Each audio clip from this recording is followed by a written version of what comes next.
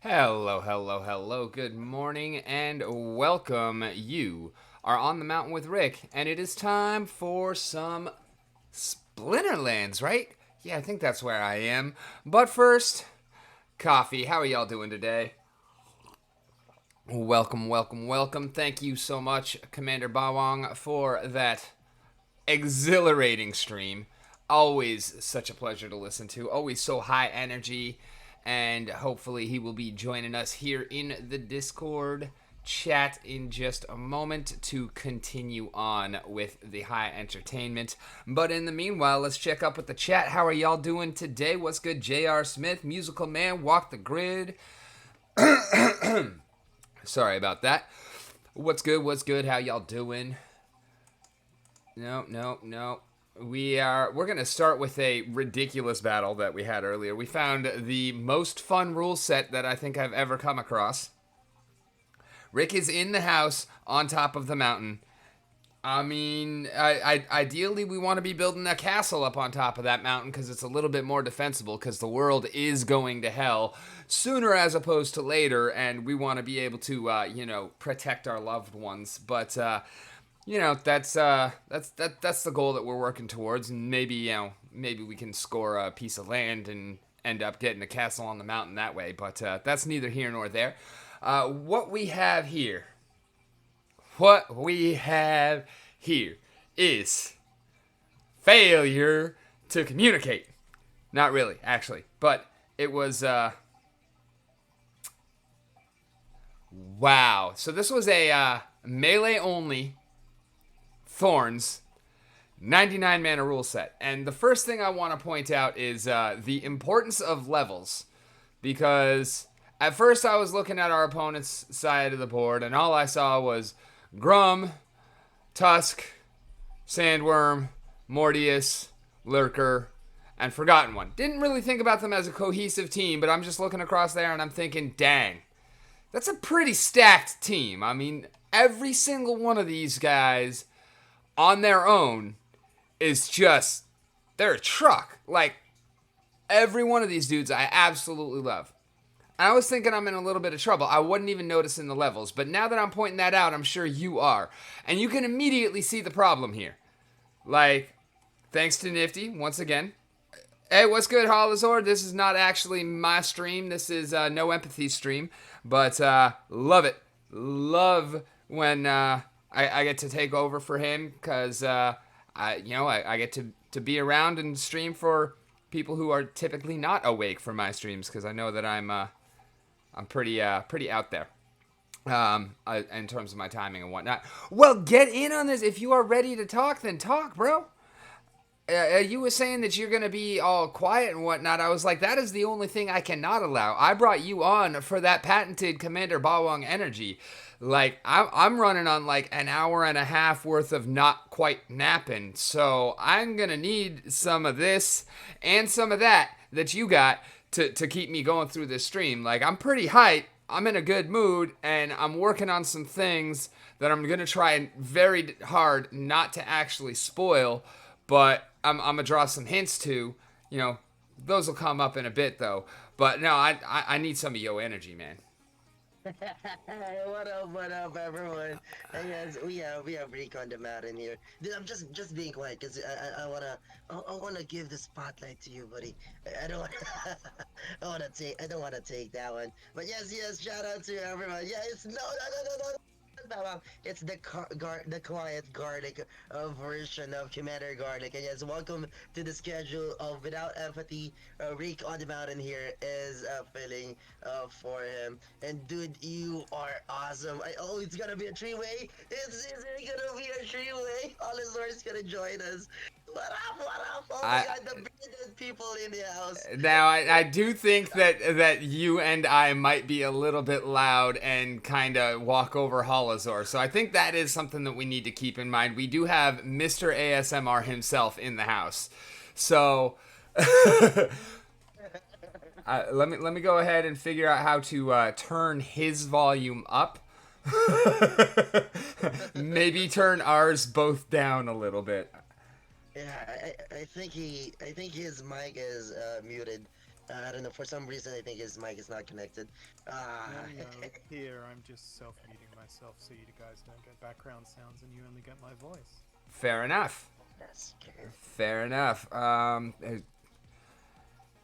and it looks like I actually don't have control over individual voices, huh? In Discord, it's just overall.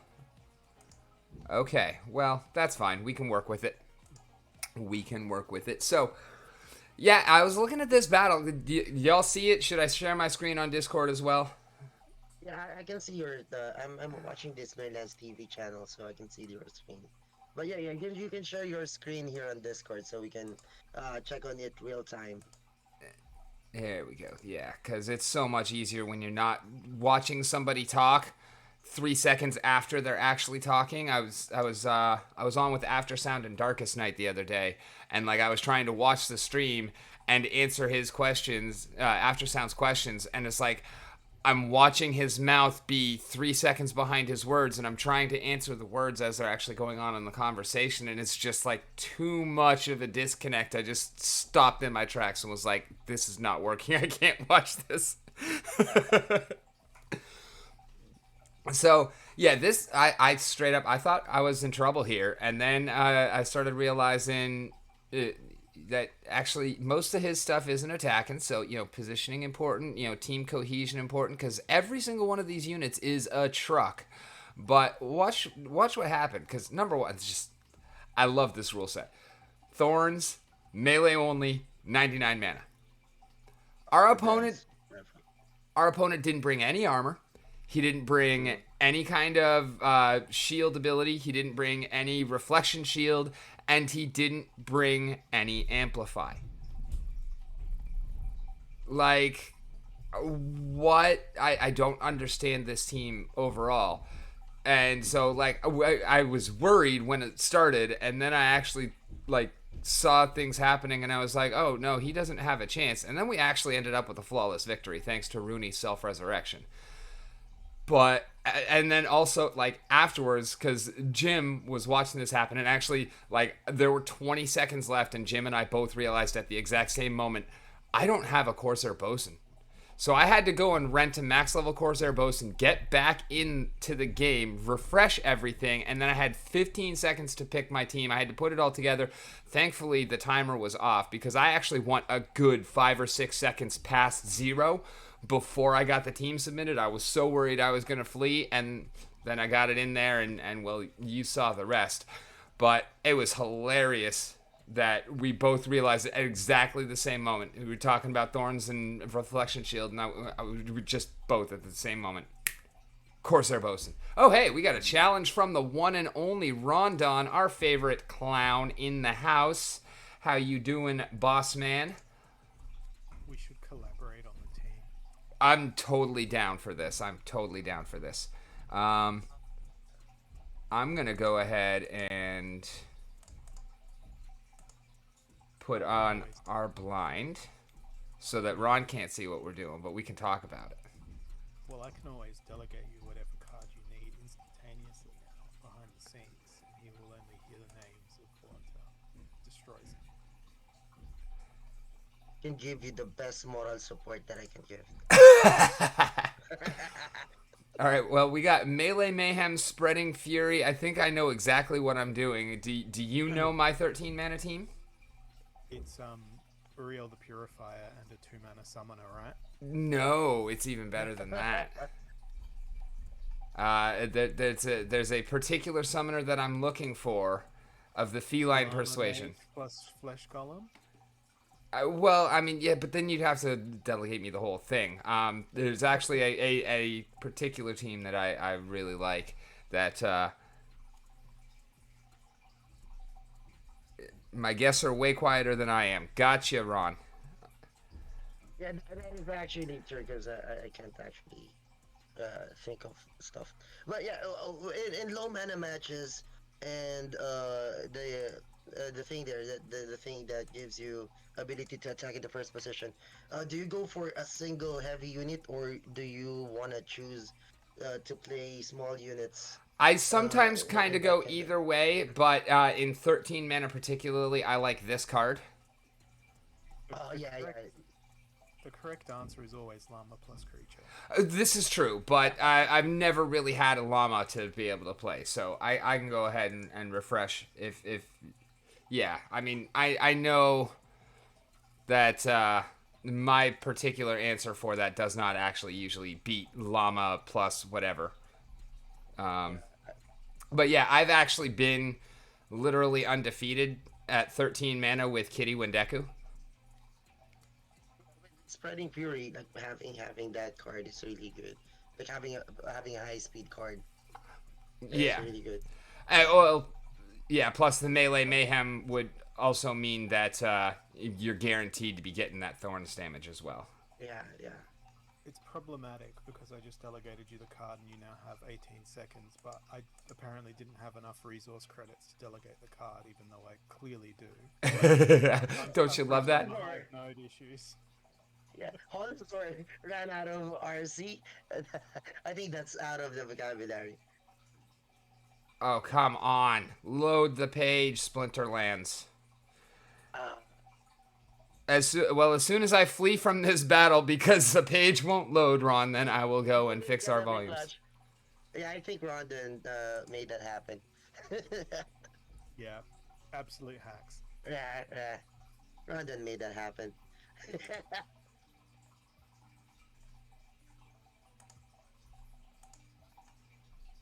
This is gonna be a clutch one. Oh my god. The lesson here is this is the only way Ron can win. No, that's the only way I can win. Like, how many times do we see me start getting tilted because it's lose, and then all of a sudden, surrender. Yay, I got to win. Woohoo! Man, I don't know if you watched my stream, but I lost like 8 games in a row. About 3 times in a row on my stream, and I was mega tilted in my own brain, but I kept that composure. I did say the RIP X times. yeah, I didn't count it out that way. I didn't even change the scene to the RIP, but I did say at one point I should just burn all my cards and quit the game on the stream, and then someone in the chat was like, no, you can just send them all to me. Hey, that is true. It's the season of giving, so don't give up on your matches. Just give all your cards to me. That's pretty much what happened, except I've still got all my cards. Right. Well, apparently I actually have a game against Lord that I did not realize that I fought a little bit ago. So let's take a look at that, because I don't... There they are. There's Daru, always lurking around. That PD is the one who told you that, as expected.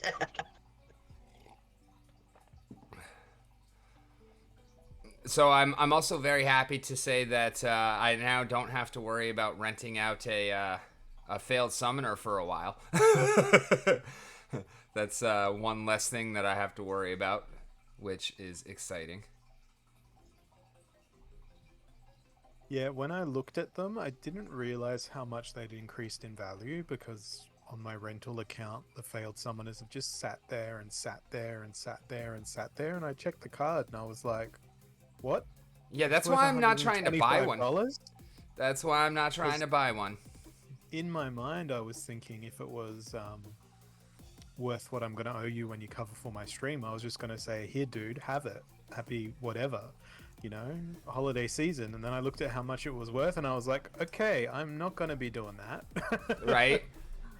I almost thought about that when I pulled that Gold Fern Heart to send you, and I was like, you know what? I don't even care what it's worth. It's just going to make him so happy that his beard is going to turn gold. So I was like, yeah, boom, done. Cool. I'm actually surprised to have beaten Lord. Normally that doesn't happen unless it's in something where you can come back from the dead if you have coffee, and then like I'll beat him and then he'll beat me and then he'll beat me again. Because like, well, I swear the first like 6 times that I came across Lord in a chat, like that was exactly what happened. We would end up being involved in a battle of the bands. and we would go at each other and just boom, boom, boom, like 3-4 times, just back to back to back. We just always one against the other, one against the other, one against the other, and it was like none of us ever fought anybody else. It was just me and Lord just going at it. It was crazy. And it happened stuck in an infinite loop. Yeah, pretty much. Challenge battles. So it was probably like 8 to 10 times in a row. Like, and like it'd be like I didn't even know he was in there or something like that. Just all of a sudden, he'd pop in and things would start up, and then all of a sudden, On the Mountain has defeated Lord. The Lord has defeated On the Mountain. It was ridiculous. Oh, yeah, sorry, Ron. Go ahead and send your challenge. Challenge accepted. Let's watch the comeback battle of Rondon and Rick on the Mountain. The odds are Ron gets tired trying to climb up the mountain and gives up halfway. Lols. Yeah.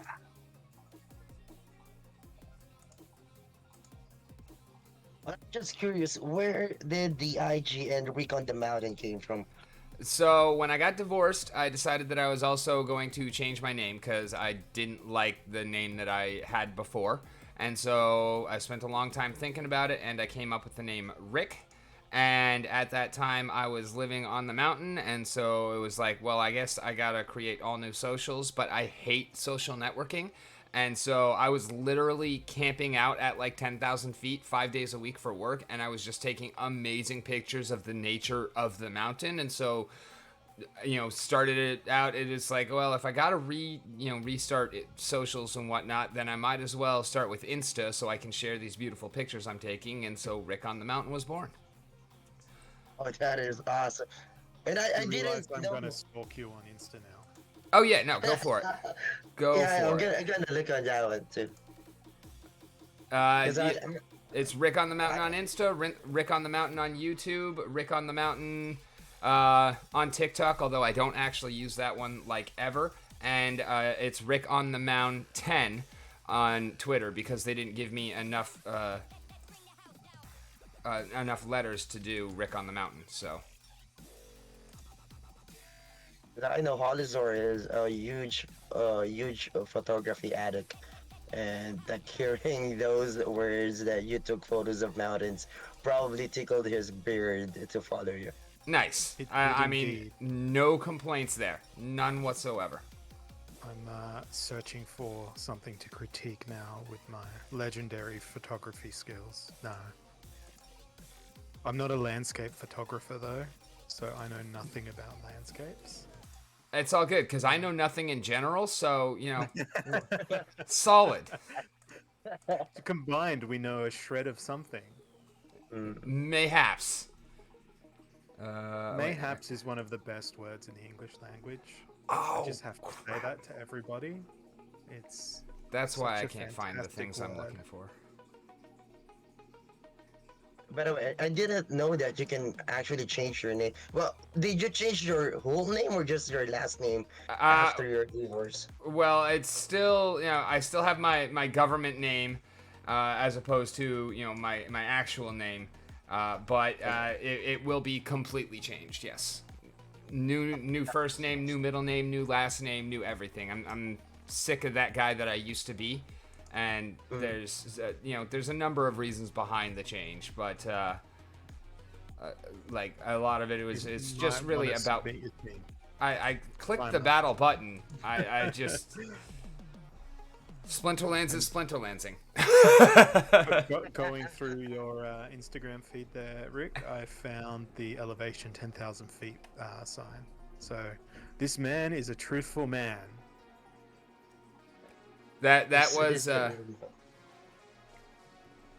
a fun day because that taking that shot actually required a bit of a hike because there is no parking near that sign. It's literally just on the side of the highway, on the side of the mountain, and so it's like the nearest spot to even safely pull over and park is I want to say another 1.25 miles downhill from that.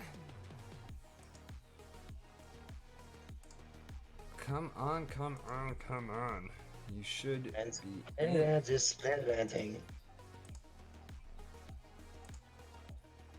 Well, I was about to say that Snare probably upgraded their uh, uh, submission time code, because I've noticed that once I reach zero in the submission time, I can't actually click on the battle button, and then this happens, and I'm really surprised that there's still a problem in submitting your cards in a battle.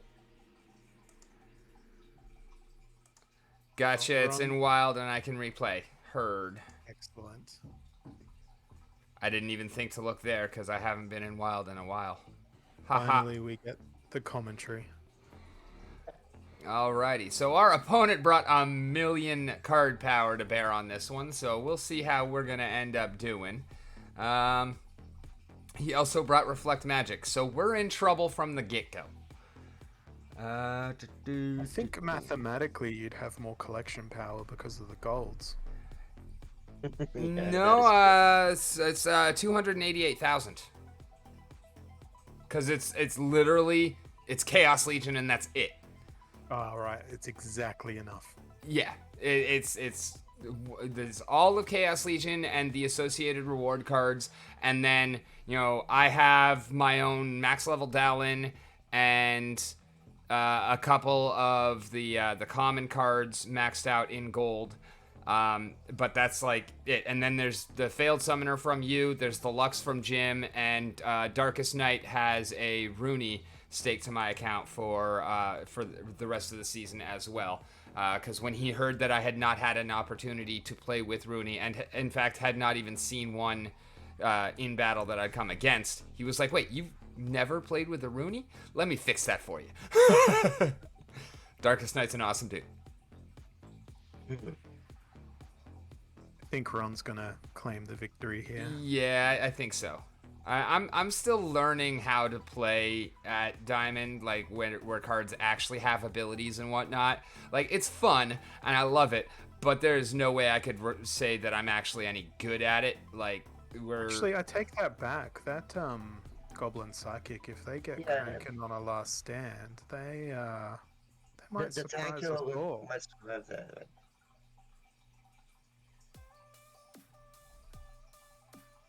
That might happen. no, because we got afflicted. Yeah, no, it's gonna be But cleansed by Dilemma. But cleanse. Oh yeah, that's But- true. Yeah. Death anyway. That is true. Well, good game, Ron. Sorry it took so long GG. to actually get that match going, but it was a good one. Yeah, you can tell I really don't know Llama. Like, as soon as I saw it was there, it was like, okay, well, I gotta play this. But aside from Llama-Cron or Llama Fleshy or Llama Hydra, like, I don't really know how to Llama very well. So, I don't think we've ever gone head to head, Rick. We should do a battle right now. okay. That's perfect. A diamond challenge between the two beards, and Commander Garlic is gonna witness all of them live. Hopefully both of our games don't bug out. I'm not looking at your Discord stream, so Heard. don't worry. And I'm not gonna commentate, and I'm not gonna tell whatever Rick is putting in his team for Holoz0r. I'm not gonna snitch it out. Just gonna type it. Quiet silence. Yeah, I think that's the what best sort of rule set title. is this? This is garbage. I can't even Kitty Wendeku Yeah. here. What Yeah, a that's trashy garbage a rule little bit. set. Weak Okay. magic and the reflect. The count is fat. Sorry for all those magic cheese users. You're not gonna see any magic action here. That's You a might. perfect title for this match. It's the Battle of the Beards. The hairiest guy is gonna win this one. Well, if it's that case, then well, yeah, you're probably right, because that would definitely be Holoz0r. He's got the epic beard unlocked. Like I've been saying for a while, it goes Yeah. Holoz0r, and then Nguyen, and then Jim, and then me. And I'm not 100% sure where Ayurio falls in that perspective, because I don't actually know him. I have not had the opportunity to have a conversation with him yet, but It's gonna be an interesting matchup It's gonna between be the two. tough to even build a team. Yeah. It's like I struggle so much with. I've submitted my team now, so yeah, I'm gonna gaze across to my other monitor and say, "Oh dear, they're quite similar." You gotta witness how he will hit him. So, I don't know if you noticed this also, but the rule sets and the mana cap that you are receiving in your matches kind of have a pattern that, like, once you receive like a small mana match up on your previous match, there's a huge chance that you're gonna get a small mana cap on your next.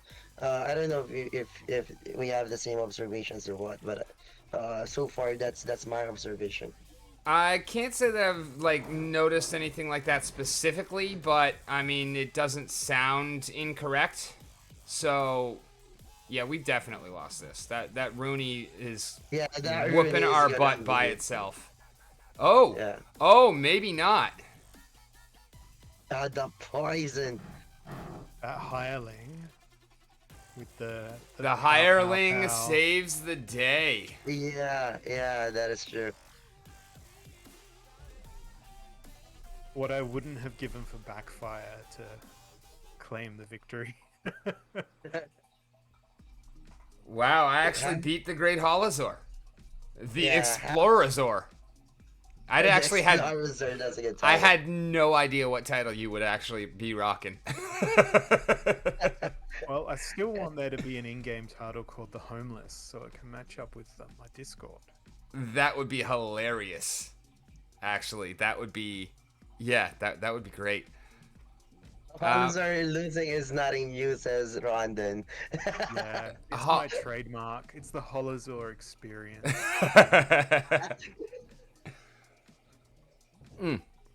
So I think, yeah, I think that's not gonna be enough to know who among who between the two of you has the title of the winner of the Battle of the Beards. I think we need to have like a best of three no, match between I the two of told you. you. I told you. Like, there is no Battle of the Beards. Holoz0r wins the Battle of the Beards. Like, look at that thing. It is magnificent. Like, I am under no illusions that I win the Battle of the Beards against Holoz0r. Even Jim and Newen, like they've got me beat in spades. I've got like I've got what Tony Stark wishes he could have, but like they've got what I wish I could. Like that whole just full bushy like just curtain of hair is yeah, no, mine won't grow like that. I can't do it. So You know it's good stuff. you've got a problematic beard when you sit down in your car, you close the door, you go to turn your head, and then you realize, oh no, My beard beard's is stuck. in the door. Yeah, I could totally see that happening. That's crazy. We got equal opportunity, lost legendaries, and 15 mana, no water, and no earth. So opponent is not playing Kelia, much to his chagrin. So Holoz0r, what is your favorite common card? Don't pick an alpha. It's got to be Pelacor Defective because it's such a meme on my streams. It was one of the first cards with backfire, and I just like the backfire ability, and it always misses. So even though it's a deceiver, it deceives you with how terrible it is, or perhaps how good it is. I just like that card for the meme value in my brain. Alrighty. And Bawang, what is your favorite common card? I think I think I still gotta go for wait. What is the yeah, I forgot the comic card. I can't actually tell. I think my favorite comic card is gonna be a reward card. Uh, wait, is the Wood Nymph a common card? I think that's a common card, right? Yeah, Yes, yeah, the Wood Wood Nymph Nymph is is a a common common card. card. Yeah, I I really love it. know. I really love the Wood Nymph because Oh it wow. adds to the to the Earth collection, and she's the first card that I purchased here on Snowlands. It's I have a sentimental value Well, to that's that thing. that's The Wood understandable. Nymph Wood was Nymph is definitely a beast. the Wood Yeah. Nymph was the first card I decided to go completely ham on after observing Matt Clark collecting his flesh golems. I cannot I- believe we just lost that. Got so many Wood Nymphs. So many Wood Nymphs. I thought we believe had I've that got- once we got the way through there. I Monkeys. believe I've got 1% of the supply of the Wood Nymphs, which might have helped you win that battle, Rick. Like, you would have needed 7 Wood Nymphs healing you, and you may have won. No, I'm just trying to figure out where he all of a sudden got that extra damage from. Because, like, I was looking at it and it's like, okay, well, he's down to 5 possible damage per turn that he can deal to me, and I'm healing for 6. So this is game over, I win. Did one of them have Death Blow?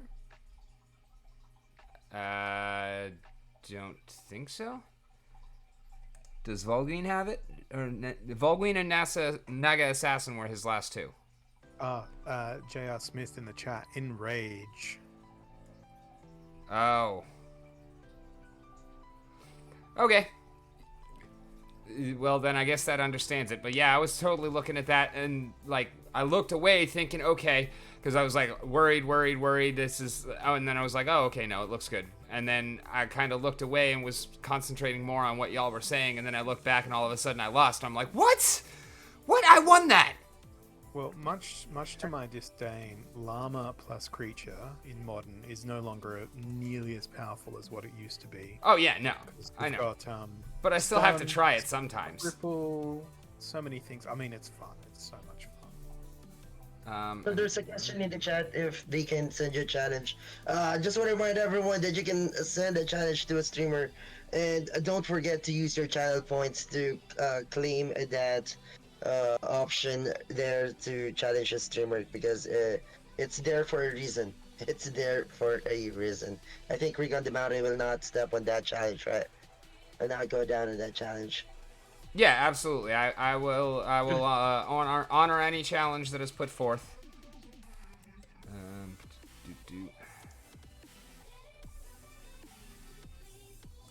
So you're looking at the sexy wood nymph.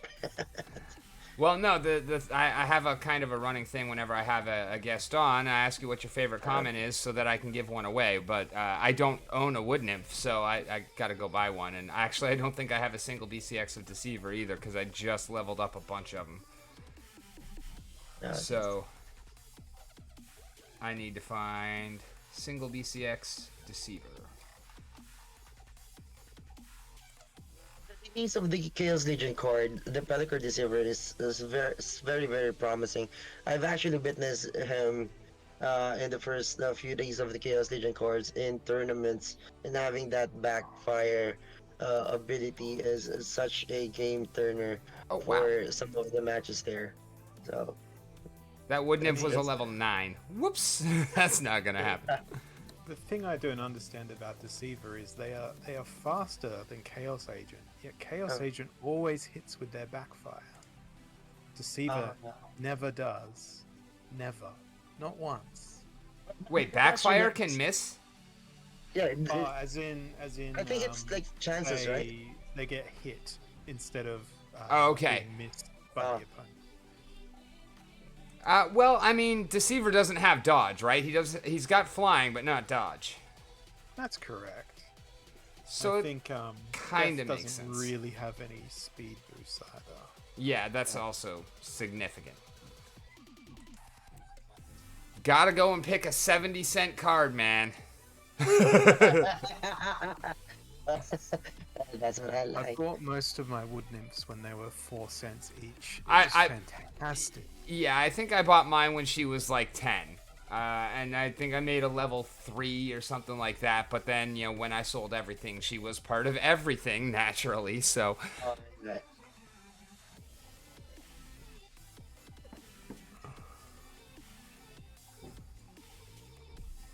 alright, we got those cards. Alright, Max Payne, you are fighting for a Deceiver.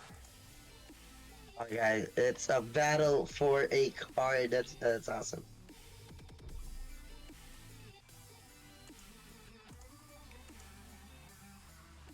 So People asking in the chat about when cards are generally cheapest. If you're looking for reward cards in particular, they're always cheapest at the start of the new season because lots of people get their rewards and they go, "That's enough now. Yeah. I'll do it."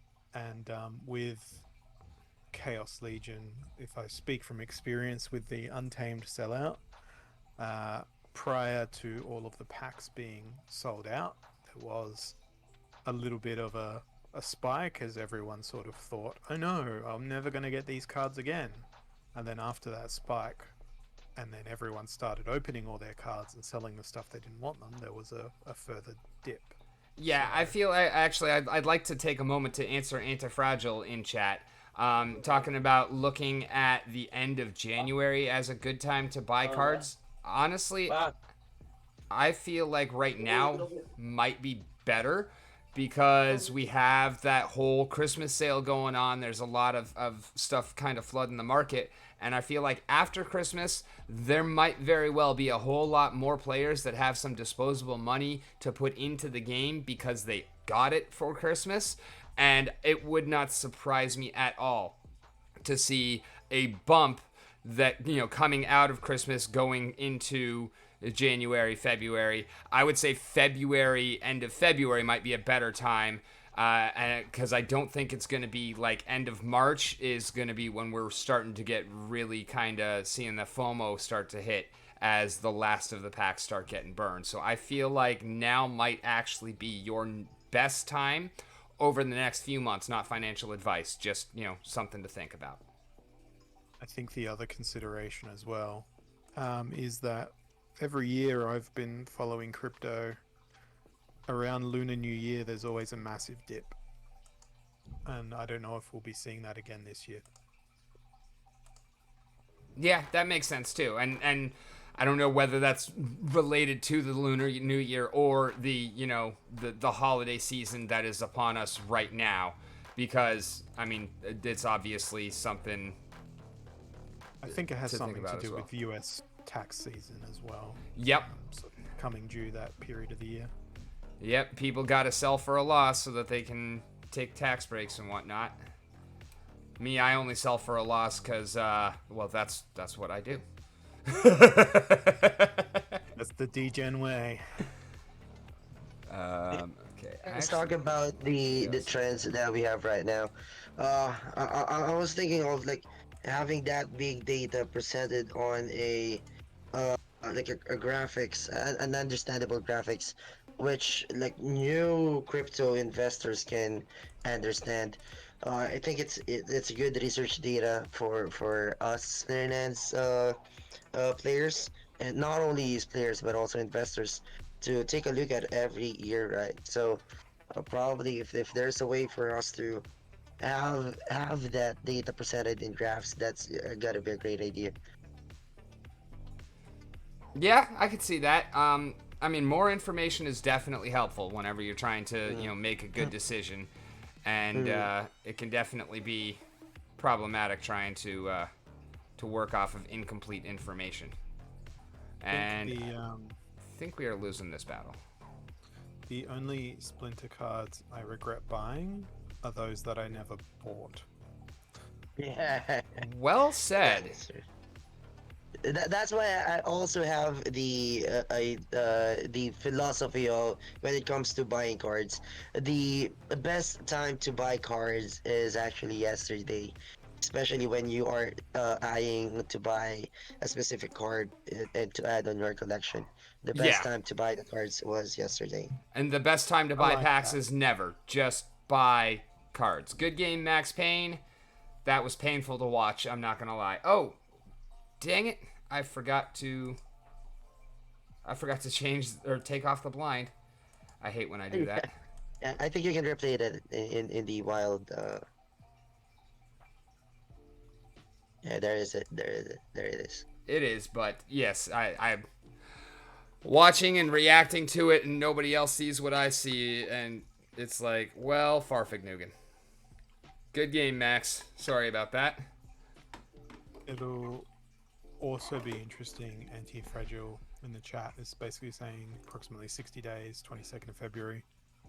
It'll be interesting to see if there's more packs purchased in that intervening period outside of just the standard burn packs that get given away as quest rewards and end of season rewards will also. Not to mention the bonus rewards coming from the second phase of the buy.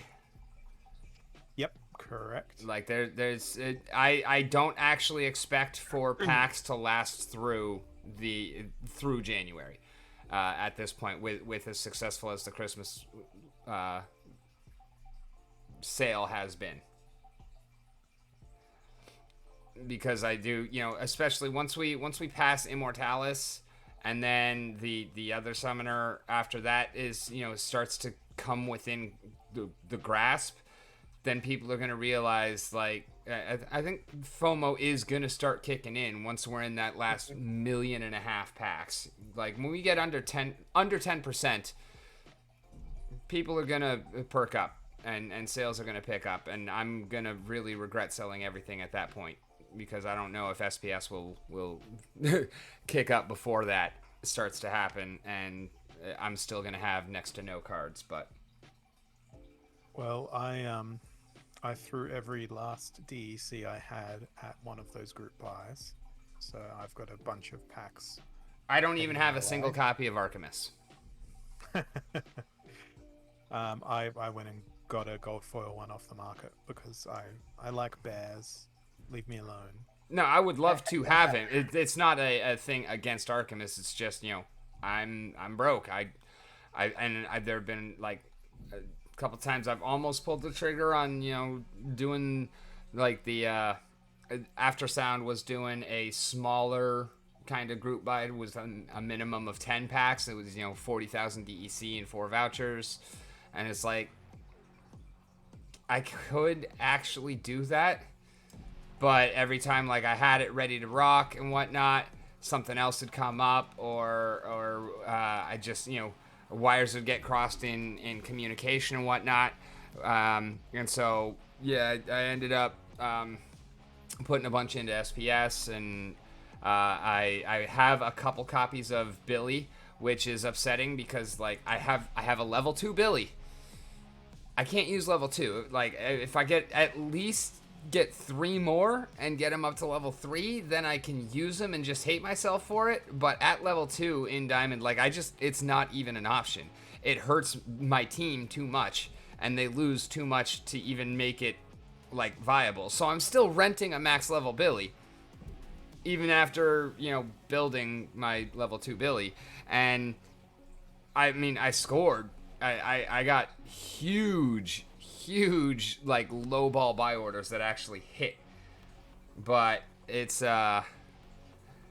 it's still kind of a pain because I don't have a playable copy, Well, you know how I see my future Splinterlands career going as a player? What's that? I'm going to continue bashing my head against the wall of impressively amazing diamond opponents, drop down to gold, then realize my diamond cards are useless in gold, rent out my diamond cards, go rent gold cards off the market, pocket the delta, then play in gold until I drop down to silver and swap to renting silver cards, and then eventually I'll find myself back in bronze. Yes, but no. No, for 2 reasons. Number one, I think that you are overestimating your rate of losses just a tiny bit there. Number 2, don't rent them out. Put it on Nifty, because I need your deck.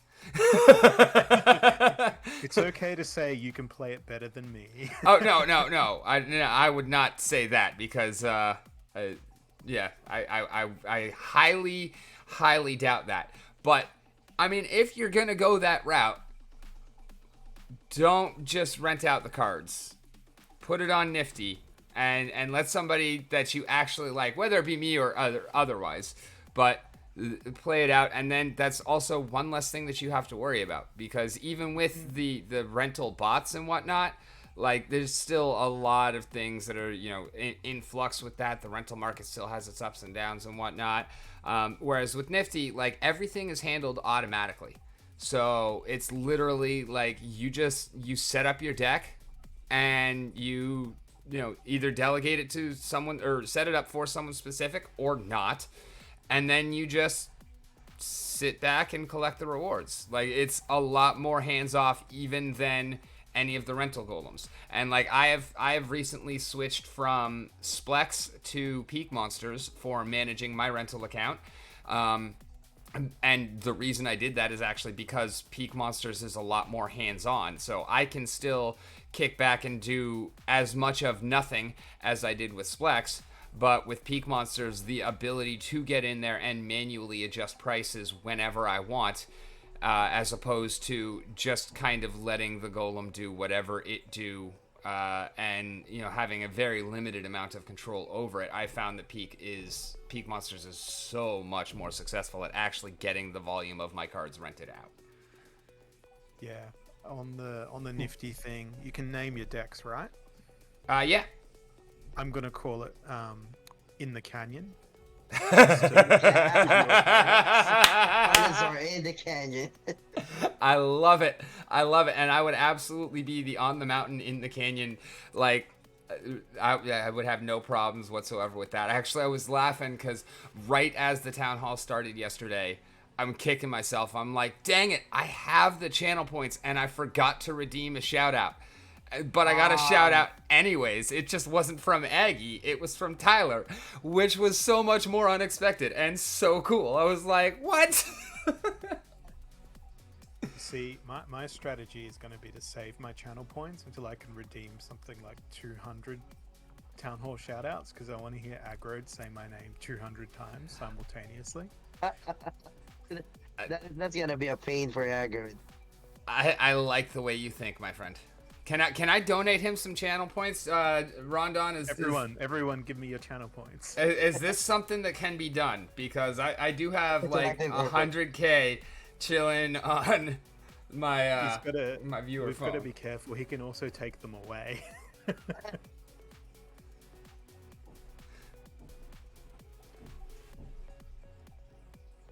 Yeah, you notice how everybody just shut up as soon as he said that. Like even chat died.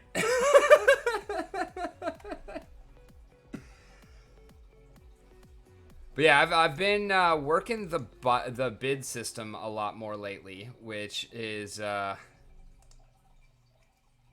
has been fairly nice to me. I actually scored a Billy for 975 when his average cost was still over like 1050. Felt like that was a pretty good score. And lately I've been starting rebuilding from the ground up. Trying to get the commons, starting with mostly the reward cards, but maxed out gold foil, just building one card at a time. Ruler of the Seas is the best rewards card ever. I mean, it's a strong argument. That's for darn sure. It is a very strong argument. Robo Dragon Knight disagrees. Is also a pretty strong argument. You know what? We're gonna have to. We're gonna go. We're gonna. Rewards, only gold because, well, we're just looking at the cards. Why not? Alright, Exploding Dwarf is pretty strong. Etten Spearman, Flame Monkey, Ant Miners, Charlock Minotaur, Heatsmith, Bloodmaker, Flame Imp, Naga Wizard, Beetle Queen, Phineas Rage. I'm not going to actually name them off one by one because there's a lot. Best battle card or best rewards card that I've ever pulled was probably Torhilo. Only when I pulled him, he was kind of worthless because the magic meta had not actually fully developed yet. Back in the days when there's not a lot of counter magic that they can use, Trujillo is a beast.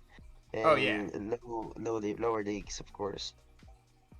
I think Sandworm deserves a shout out for greatest reward cards. Yeah, agreed. Sandworm deserves a huge shout out. And honestly, like I knew it was there. I think that Creeping Ooze, Furious Chicken, Gelatinous Cube, they would all like a word. Prismatic Yeah, Ooze yeah. or Prismatic Energy, like Sandworm, Almo Cambrio. Almo Cambrio would like a word with you. Lord Arianthus, like Lord A, Lord A. I have never won a Now, game against either of these cards. Literally never. I don't face them all that often, but I have never beaten Lord Arianthus and I have never beaten Almo Cambrio. Ever. speaking of the best reward cards, I think we need to consider where the league levels are, especially where the benefits that you can get based on each league level. And I think Lord Oriantus fits the meta in all of the leagues possible. Like in lowest in silver, Lord Oriantus is a very very good tank, especially the magic reflect that he has. And I going think up to diamond and gold, Lord Oriantis is a beast as a tank. Yeah, I think absolutely. I mean, Sandworm is the king of bronze. Yeah, Saturn is the king of bronze. honestly, I think Chicken is the king of bronze. Bronze especially because how often in bronze do you actually have 9 mana to play Sandworm? I mean, every game is 12 mana, so your summoner literally costs too much mana for you to play Sandworm alone. Only Sandworm. No summoner required. Only Sandworm. If only that were possible. If only. Awesome. But like, yeah, no, Lord Arianthus, I feel like that this is the best tank as far as, pure tank in the game because, he takes no damage. Starts out single BCX with shield and void. Like, that's just ridiculous. And then we're gonna add Magic Reflect and Thorns on it. Like, if you have any kind of heal on this dude, he's just redonk. And I don't even care about one speed never changing, especially when there is a reverse rule set. Add a side of Ilthian and an amplifier. Right? Yeah, right. Lord Oriantis is actually the best. Yeah, Lord A is just ridiculously powerful. And Could we discuss the Onyx Sentinel, who's basically Lord Arianthus, but I have heard that Different. put forth, and honestly, like, he's strong, but I don't see him being that level of strength. I mean, maybe at diamond level, yes, but Yeah. like single BCX, like bronze, silver, not so much. No, Like, there are so much better cards compared to Onyx Sentinel, especially in the lower leagues. It's not that useful in that lower leagues, but yeah. But Daru, I think Daru is saying that Urius is also a contender for the Invested Award cards. I would not disagree with that sentiment either. Like, I didn't actually name him on the way through because I specifically stayed away from naming anybody that's brand new. But also, I mean, Wavesmith and O'Shaughnessy would also Yeah. like words. Like, Pelacor Mercenary, okay. Jin You Bilkia. can- Like, there's so can- many you really can- strong reward cards. I would not feel comfortable picking one as the best. You can mention Uraeus. I'm done accumulating them now. Like, even Dampier Infiltrator, like, I feel like this guy is still very, very slept on. Like, Sneak and Double Strike is ridiculously strong. Oh, let's go ahead and add in Cripple and Affliction as well. Like, I don't really understand the combo of Cripple and Affliction, but You understand the combo of Double Strike and Cripple, though. yes, Yeah, double strike and triple is awesome. yeah. The so that card right there is basically the new life assassin that had double strike that I forget the name of, but had poison instead.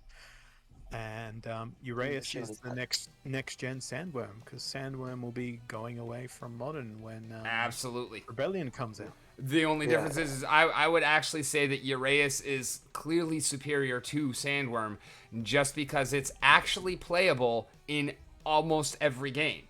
Like, it's got the Kelia effect going on. Sandworm is just too expensive. And there is no backline cleanse. So There once you're is poisoned, no backline yeah. you're cleanse. poisoned. That is true. That is true. Jabby says Billy is just trash because I haven't accumulated all the BCX I need. When I say I've accumulated Uraeus, I have 102 max level Uraeus cards ready to invade my lands. Yes, I know, and Monsters in their I'm hands. only asking you for one, man. I'm Darius not asking for all of them.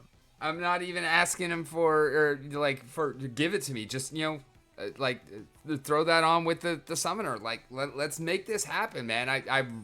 I know you've got the deck that I'm trying to play. Daru said, I'm not asking for all of them. I'm just asking for the rest. Give Rick one and then give me the rest. He's happy with the change. Hey, Daru, it works for me. Let's make this happen. Let's wear him down. Still a win-win for your Daru and Rick, and a loss for Holoz0r. How you doing, Hezakaru? Welcome. Thank you for joining us. But yeah, I mean, there are so many super ridiculously strong rewards cards. Countess Sinash, Sea Monster, Demented Shark. Man, Demented Shark, I can't believe that he is not actually seen more of a Billy bump. Like, I can't believe you can still pick up a gold copy for $3. A gold Demented Shark for $3. A friend of mine was looking to buy a regular foil Demented Shark the other day, then realized the gold foil was cheaper than the regular foil for max level, so they bought the gold foil one instead. You can find anomalies like that on the market sometimes. I have seen it happen. Yes, it's odd, but it's there. This is my collection. It's nothing because I sold everything for SPS. Oh yeah, Max, I owe you a Pellicor Deceiver. Thank you for reminding me. I guess I didn't need to buy one. Oh well, it's a penny.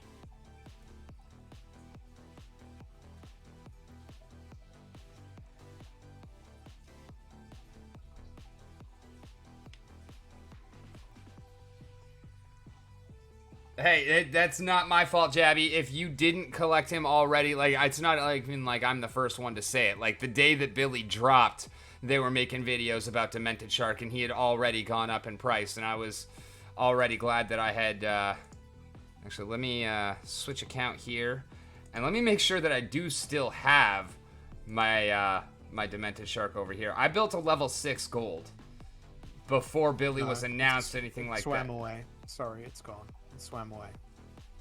It probably did. Oh, no, I do still have it. Yes! Actually, that's not rented out. Let's go ahead and remove that from the market and delegate it back to my main. It's a max level Demented Shark. That makes sense. It's not max. It's just level 6. But level 6 level is 6. key because that's where it gets the thorns. So...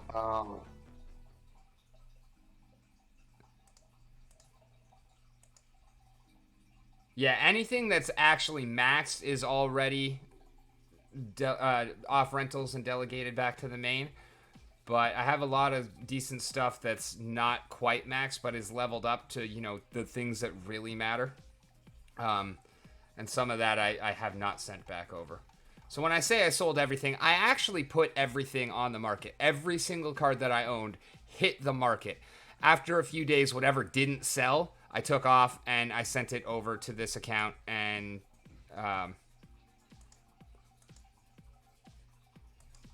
was renting it out. And then a couple of things have made their way back over as delegations back to the main. Looking at your rental account, I think it's really wise to have like a separate account for rental because of the RC conditions that we have right now.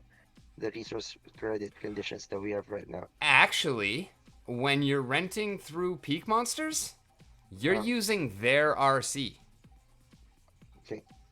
Just so you know, like, putting that out there, that's one of the things that makes it so incredible and amazing is that it's not my RC. I've actually been powering down my rental account, sending all of the hive over to my main, and then I am powering up there and then delegating some of the hive power. By the way, if you're running multiple accounts, rather than power them all up, power up one, and delegate to the others, because that way you're actually earning interest on your delegation. You are accruing hive power for free.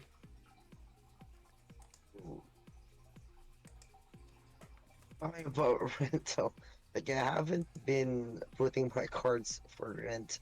That's the thing that I forgot to do. You gotta do that in the background here.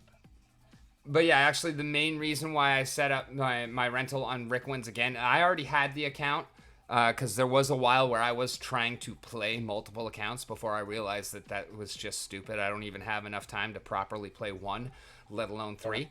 But when I first set up Splex on my main account, it literally within 10 minutes of me turning it on, it rented every single card that I had out. And so I went from high gold to high bronze in the course of a few minutes because I lost all of my collection power. And then, of course, that was just after they had introduced the 2-day rentals. So for 2 days, I did not have my deck. And I was like, no, this does not work, not even close. I have to use one of the other accounts for renting. And so I set up Rickwins again as the rental account. And then, of course, we have Get Good Scrub, which is the jackpot account. So I do have a couple of cards owned on Get Good Scrub because they're like, you know, whenever somebody wins a giveaway and then they don't claim it, then it goes to the jackpot, and it's just been waiting for somebody to actually win it. If we want to take a look at that. My claim to fame is I had a alt account called the Bearded Smurf. They'd never guess it was me.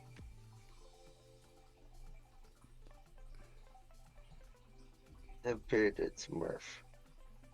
Axe Master is renting for 4 days a day. That's wild. You say lowest is 4? Yeah. Like 1, 2, Axe 3, Master. 4. Yep. That's insane. That card is so good. Yeah.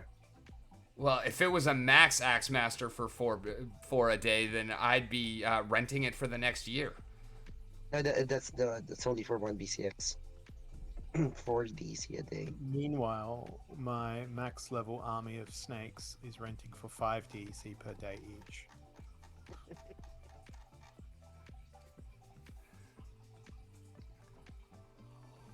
The difference there being that a max level snake probably costs about the same as a single Axe Master. Yeah. Yep, makes sense. Absolutely. Alright, who was it that... It's, Max Payne 00, right? I want to make sure that I send this to the right place. I gotta scroll way back up in the chat to actually get to the challenge, because I forgot to send it immediately. Yes. Max Payne 00. Send. I'm actually surprised that as soon as I said you're fighting for a deceiver, I didn't get a just glut of challenges, realizing what the next prize was. I might send a challenge if that is the case, but I'm not gonna spoil the fun. Alright, Jabby, So- I guess if you gotta go do something, enjoy your things of some. Question for Holoz0r. As like, you've been in Splinterlands for a quite number of years, right? So, when will be the best time to combine your cards and level them up? When the new set comes out and he opens 1,500 packs and just maxes everything. Yeah, it's more like I'm gonna end up after this group buy with something like 5,200 unopened Chaos Legion packs, and I'm waiting until they're all these not reward cards, the airdrops are done, and then if I don't get the cards I want airdropped to me, I'm just gonna open packs until I get them. Isn't it wise to like keep No, it's one not these wise. X cards and Oh, yeah. Oh, I thought you meant, is it wise to open packs? No, No, no, no, no.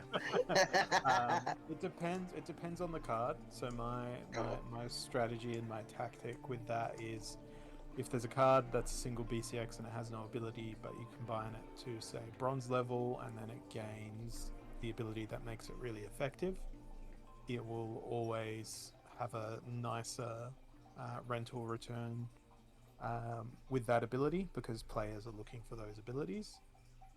The downside of that is there will be people that combine their cards in a ineffective manner. So they'll combine cards, they'll say, right, I've got 43 of this card, but let's say you need 60 to get it to the level. They'll combine 43, then they're left looking for 17 cards, and then the market demands a premium for those singles over the leveled cards. So that's a mistake that people can do sometimes, I think, with their cards.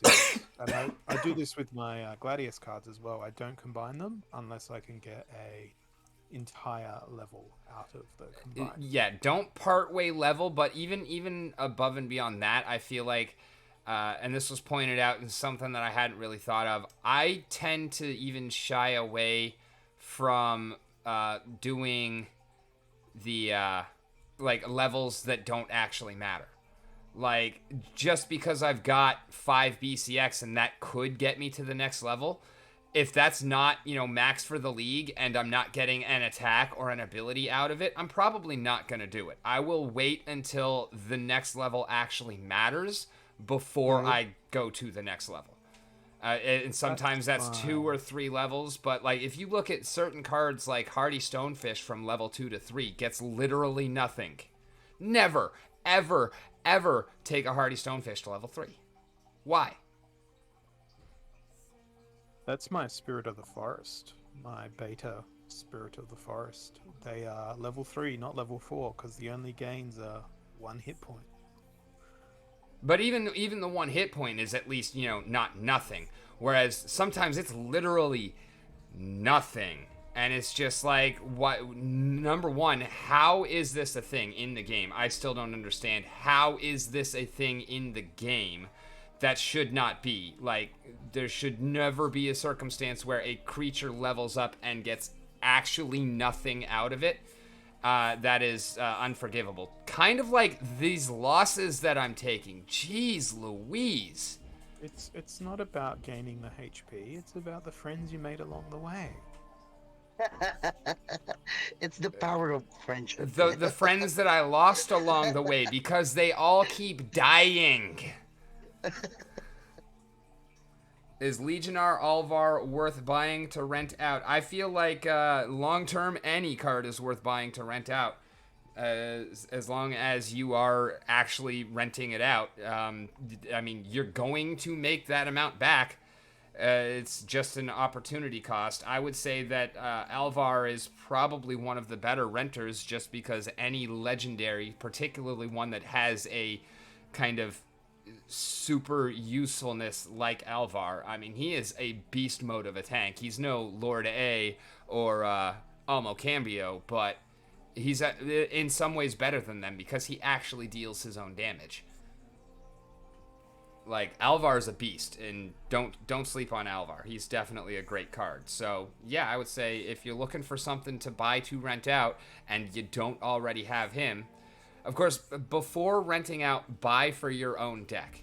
That's going to be the most important thing, is buy the cards that you want to play. Make sure you have the cards to play with. Now I'm curious to see which card in my collection is currently rented out, getting the highest yield. So I'm going to do some Peak Monsters mathematics, and we're going to find out, because I just checked Legionnaire Holoz0r and they've got a 50% APR, which is nuts. Huge. Absolutely crazy. Yeah.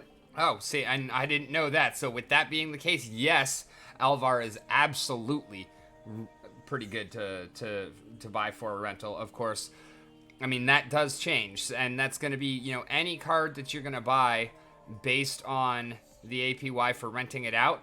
I mean, that's always going to change as the market shifts, as new cards come out. You're going to be so proud, Rick.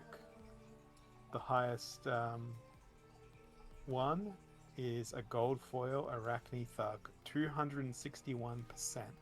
Wow. Wow, 261%. That is huge. And It's yeah, yeah. go ahead. Sorry. Speaking of the opportunity on rental, do you remember the time when the Zenith Monk went nuts in terms of rental prices? Like that's I think that's the time when that's the first time when the rental bots arrived in Peak Monster, and then the rental accounts suddenly rented the Zenith Monk. I don't know if that's accidentally or that's a problem with the code, but I don't think it's yeah, a I problem with heard the a lot code. of I think pacing. it's the fact that the bots collectively. Well, I don't think that the bots actually realize things because they're not thinking. They're not actually creating teams. What they're doing is they're copying the teams that are most played, and I think it's because the player base collectively realized, oh snap, this guy is completely worthless at level 1, but he is amazing at level 2 and beyond. And people were sleeping on him because he is worthless at level 1.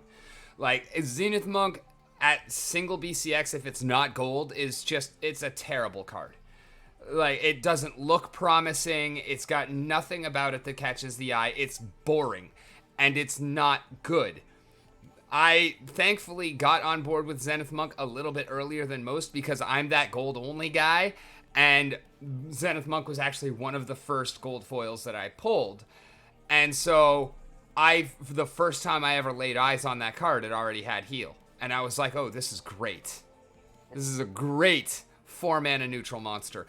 Before I even realized, oh, he's got Void. Oh, he gets Magic Reflect too. Like, just, oh, 4-mana heal? Yes, this is playable as a neutral card. And I feel like a lot of people were a little bit slower catching up to that point because he doesn't have it at a single BCX. And so when the community started to realize it, as more bots were spooling up, it started to see more play. And then the bots kind of took that cue, and then they all rented it out because they didn't have the level 2 for the heal. They only had the single BCX available.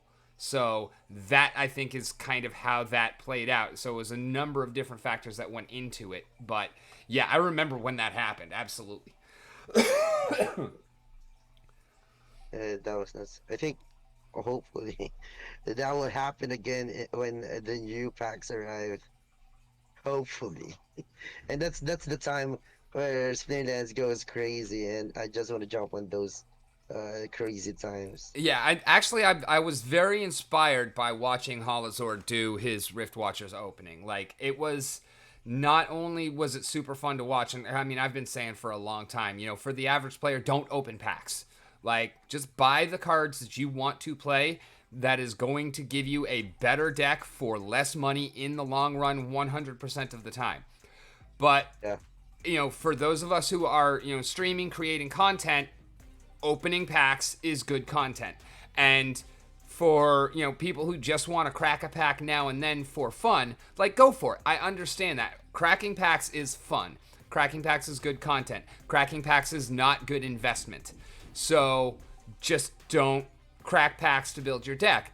Unless, of course, you can afford to go so ham that you can open enough packs to be almost guaranteed to max level every single card.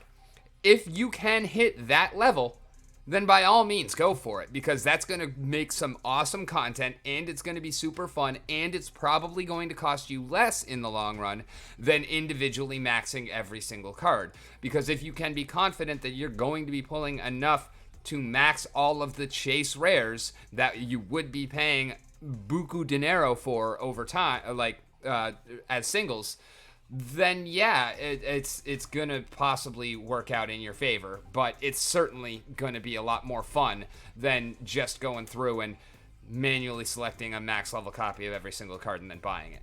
Like, I have to say though, it was so incredibly tedious to figure out, right, I've opened everything. Now, what am I missing? Even though it was mathematically sound that I'd have enough rares, epics, and whatever, there was still the requirement to go, well, I got 13 of that legendary and 9 of that other one, so I need to swap 2 of these for 2 of those. And that sort of thing. Like, it's not a guarantee that you're going to get the perfect distribution. Oh yeah, of course. Nothing but- is ever perfect like that. But Oh, it was so tedious. I bet. Very tedious doing all the combining. I bet. I do not envy you that next day of clicking. I'm sure that after a while your wrist was like, can I just get another body now, please? Like, I'm done with this guy. No, I use that mythical button of combine all. So if you go to your card inventory, I'll show you this button that no one should ever click. Yeah, no, I know that button. I don't even want to look at it because I know it's there. On the live server, not on the test environment. I used it on the live server knowing that was exactly what I wanted to do. I made sure I had enough BCX of every card, clicked it once. I know, I was watching. It was beautiful, and it was also terrifying. Yeah. I remember you opening. It was 1,500, right? 1,500 packs, just going. At first, and then it became 2015 packs when I decided to cave and bought the additional potions. Yikes, that's so crazy. Like, I can't even imagine. I haven't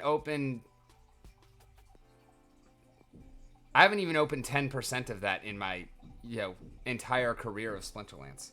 I mean, the way I look at it was the SPS was free, as far as I was concerned, and the Rift Watch's proceeds go back into the DAO.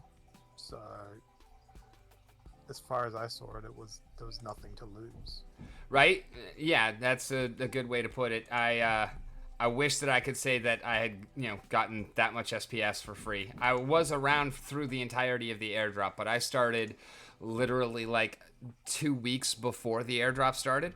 So I was brand new and I did not realize the importance of DEC in that whole equation. I saw that DEC was worth airdrop points and cards were also worth airdrop points. And well, I knew I needed to build a deck because I already hated bronze and I wanted to get out of bronze. So every bit of DEC that I was earning went into cards. And then by the end of it, I'm realizing how much opportunity I had actually missed out on that. And I'm kicking myself for it. And so end of it.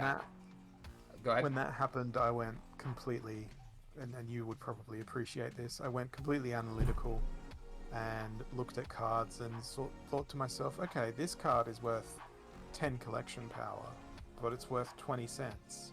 I could sell this card and buy 5 of those other cards worth 5 collection power and then have 25 collection power instead of 20.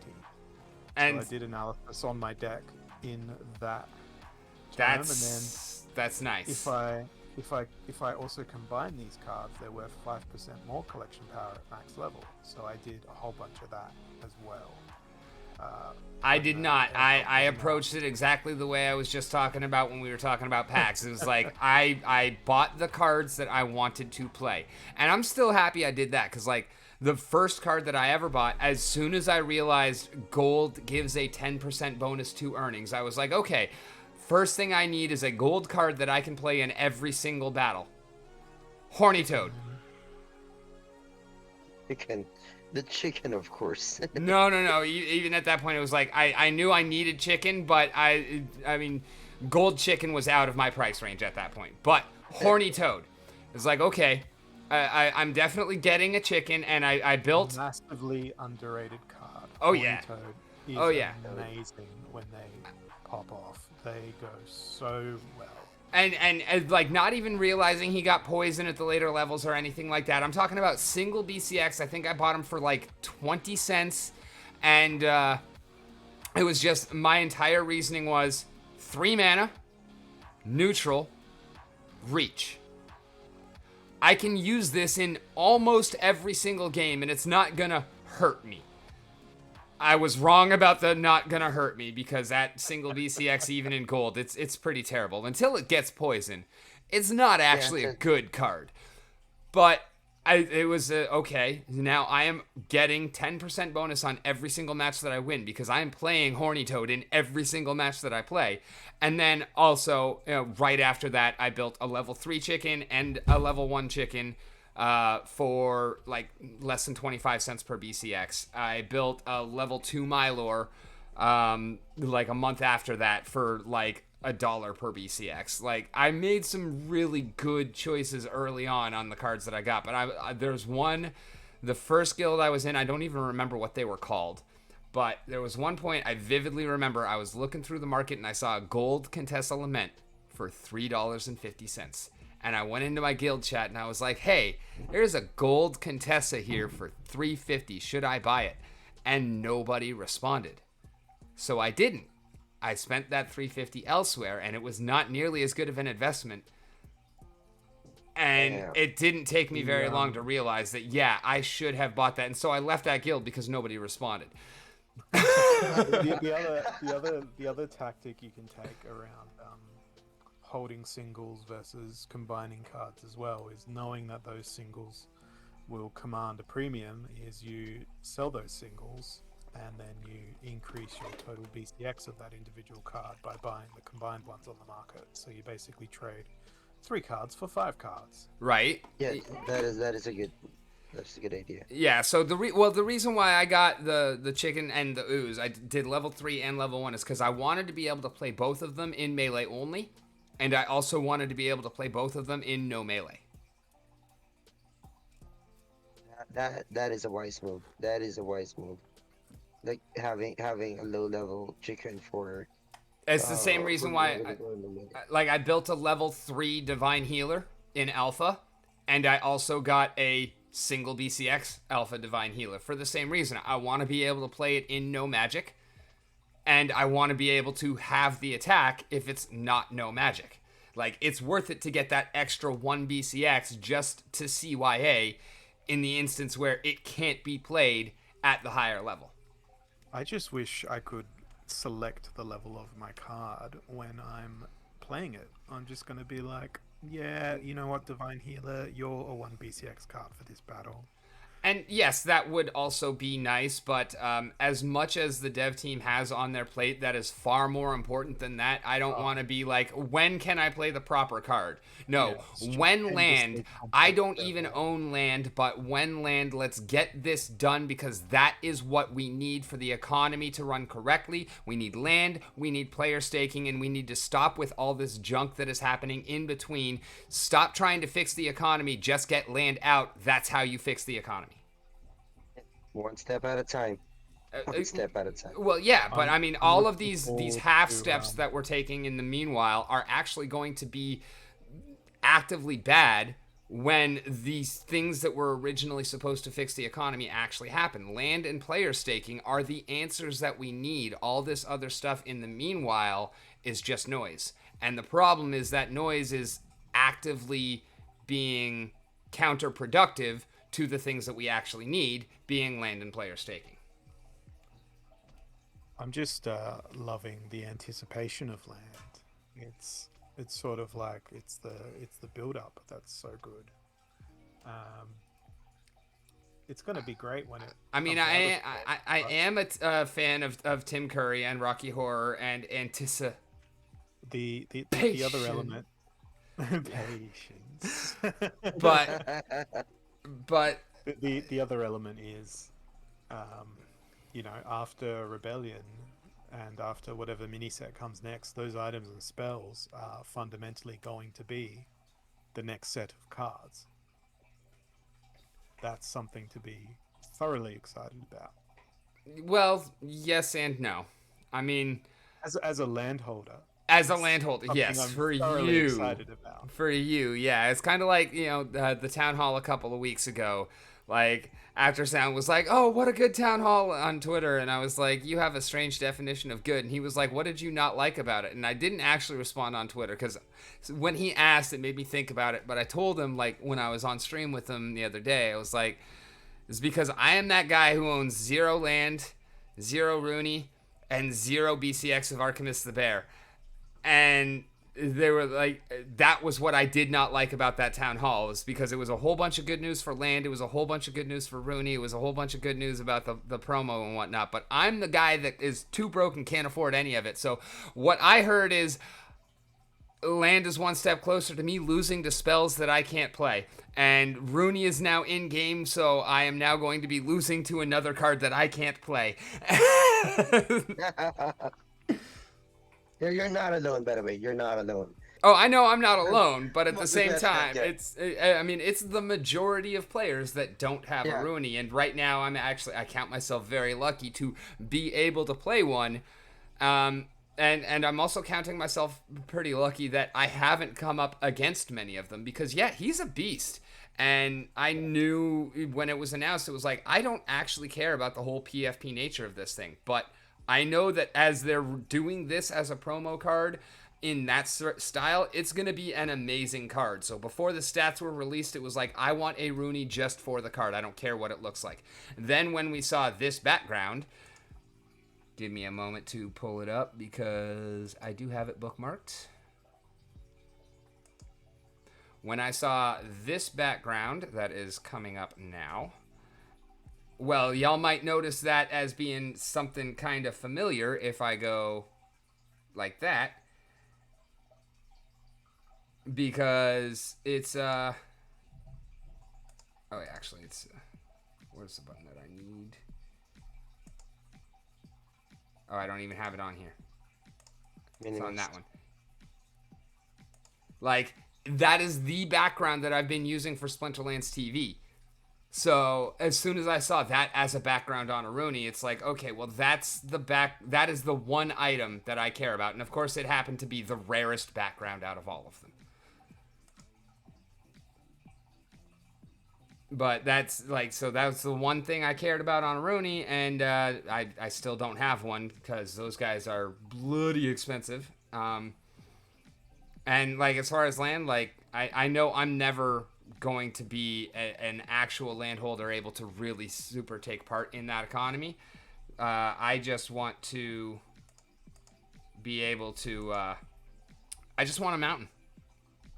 Just, for branding purposes. I want a mountain, and ideally, if I could have a castle on that mountain, well, that would be, perfect, because I've been telling my lady for, like, since we got together, like, that's what I'm doing. That's where I'm trying to go. I'm trying to build us a castle on the mountain, because defensible.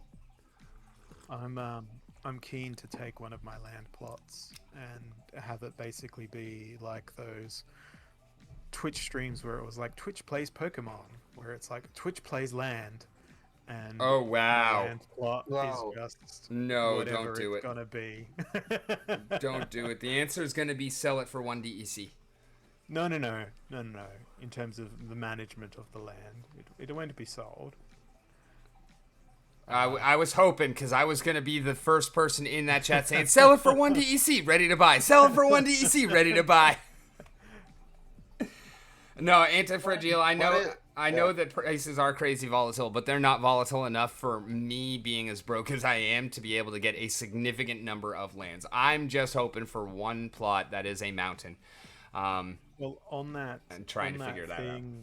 That you've just asked in chat, Max, what if someone owns just one plot of land and that turns into a castle? That is entirely possible.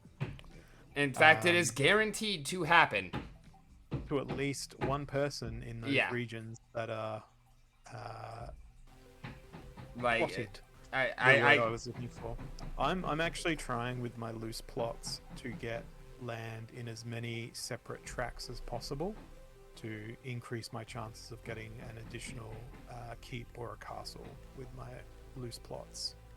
I would think that to maximize your chances, you would actually want to try and buy a whole tract with loose plots. Because that literally, it maximizes your chances by guaranteeing it. Well, yes, but I am not endowed financially in such a way that I could go grab a region or some such. Yeah, I mean, that's true.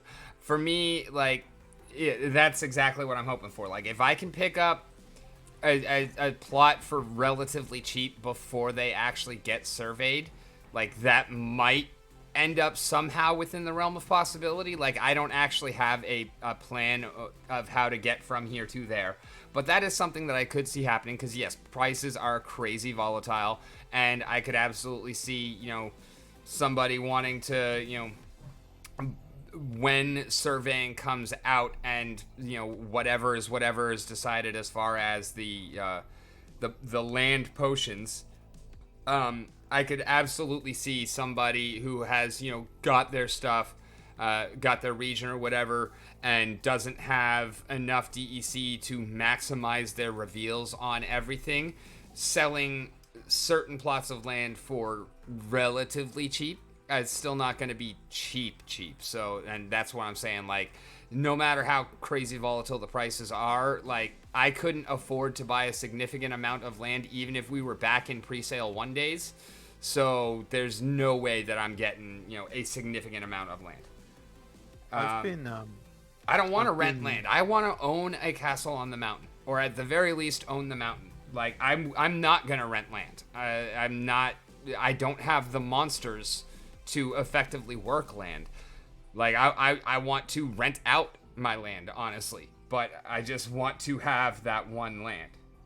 Daru makes me smile. On the topic of land potions, I don't like the idea. I'm not a huge fan either. I think, and I've raised this in Mavs chat a few times, and I'm not sure if it's landing with the other Mavs or if the dev team have sort of quietly taken notice, but it is a police. It's a police of land. It's like a piece, but with an L in it. What do you do to land? You survey it. Who surveys land? Surveyors. You could get a good surveyor or an excellent surveyor, and you could pay them at any time to go investigate your land, not just at the point of reveal, but to say, right, I'm gonna just take a casual look around, and then next week when I've got some more funds, I might get that famous prospector in from 3 towns away and get them to examine the land, and they might find something different or something more. It's added and increased levels of discovery about something that mirrors the real world. You could then go get an archaeologist or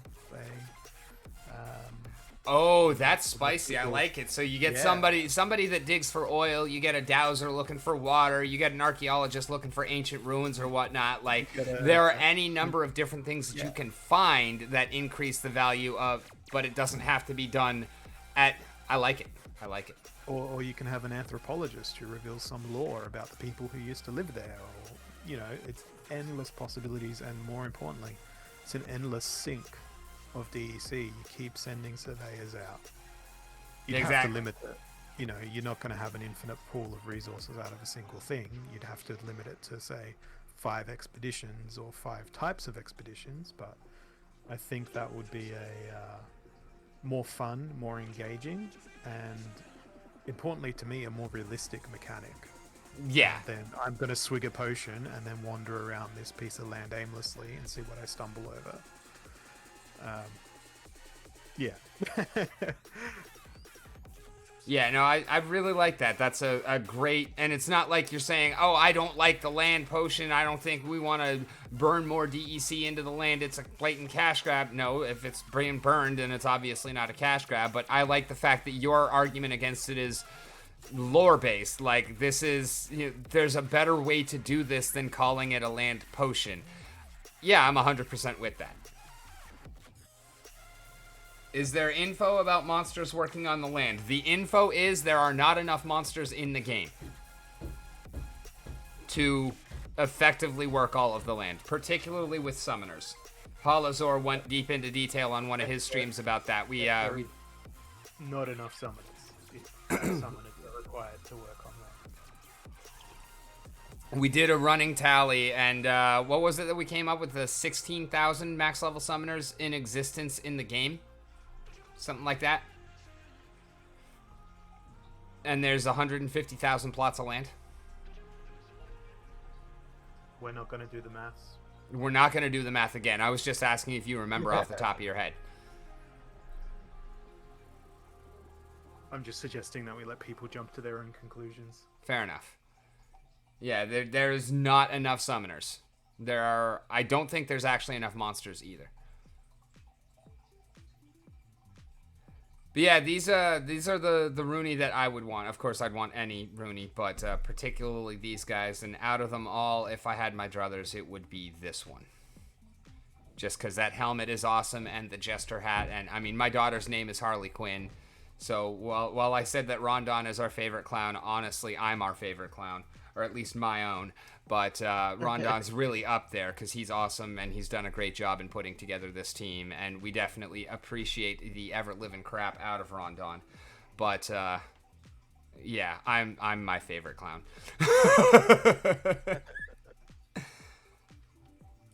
We are everyone's, like, each and every one of us.